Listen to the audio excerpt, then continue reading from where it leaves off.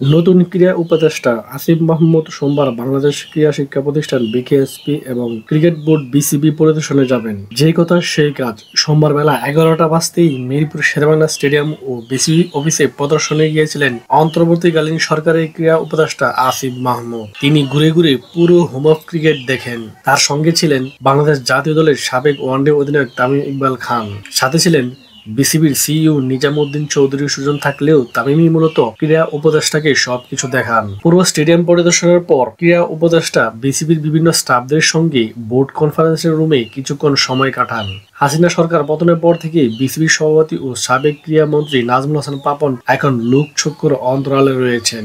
শোনা যাচ্ছে তিনি দেশের বাহিরে রয়েছেন। নতুন দায়িত্বপ্রাপ্ত ক্রীড়া উপদেষ্টা এর আগে তার মন্ত্রণালয়ে বিসিবির 8 সদস্যের প্রতিনিধির সঙ্গে দেখা করলেও আজ সোমবার প্রথম এসেছেন বোর্ডে। স্বাভাবিকভাবেই নতুন ক্রীড়া উপদেষ্টা বক্তব্য শোনার জন্য মিডিয়া কর্মীদের ভিড় ছিল হোম অফ ক্রিকেটে। তবে তাৎক্ষণিকভাবে তিনি প্রেস মিটে যাননি, জানিয়ে দিলেন এটা তার রুটিন ট্যুর। দায়িত্ব পাওয়ার পর ক্রীড়া মন্ত্রণালয়ের অধীনে যেসব বড় স্থাপনা, ফেডারেশন, প্রতিষ্ঠান ও সংস্থা আছে সেগুলো নিজের চোখে দেখার ইচ্ছে থেকেই আজ বিসিবিতে আসা বলে কথা জানিয়েছেন আসিফ মাহমুদ। আসিফ মাহমুদ জানান, বিকেএসপিতেও যাওয়ার কথা ছিল তার, কিন্তু যাওয়া হয়নি।